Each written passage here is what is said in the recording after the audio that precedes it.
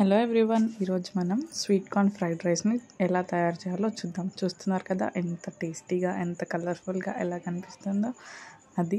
దానికోసం కొద్దిగా కార్న్ తీసుకొని అలా వాటర్లో బాయిల్ చేసుకోవాలి. చేసుకున్న తర్వాత ఒక ఉల్లిపాయ, ఒక టమాటో, ఒక పచ్చిమిర్చి ఇవన్నీ కట్ చేసుకొని పెట్టుకొని ఒక బౌల్ తీసుకొని దాంట్లో 1 టేబుల్ స్పూన్ అంత ఆయిల్ వేసుకోవాలి. ఆయిల్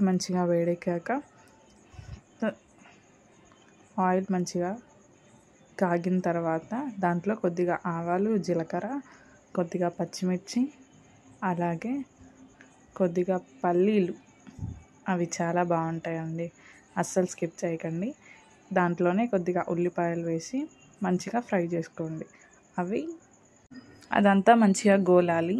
ఆ తర్వాత మనకి ఉల్లిపాయ ఇంకా పల్లీలు వేగితే సరిపోతుంది. పచ్చిమిర్చి ఎలాగో వేగిపోతుంది. దాంట్లోనే కొద్దిగా ఉప్పు, అలాగే 1 టేబుల్ స్పూన్ పసుపు, చిన్న టేబుల్ స్పూన్ పసుపు, అలాగే ఒక చిన్న సైజు టొమాటో కట్ చేసుకొని దాంట్లోనే వేసేసుకోండి. వేసుకున్న తర్వాత కొద్దిగా ధనియాల పొడి, అలాగే మనం ముందుగా పెట్టుకున్న స్వీట్ కార్న్ దాంట్లోనే వేసేసుకోండి. రైస్ అనేది ఇక్కడ ముందుగానే మనం బాయిల్ చేసి పెట్టుకుంటాం కదా, ఇలా ఈ రైస్ని దీంట్లో వేయాలి. వేసే ముందు 1 టేబుల్ స్పూన్ అంతా కారం వేసుకోండి.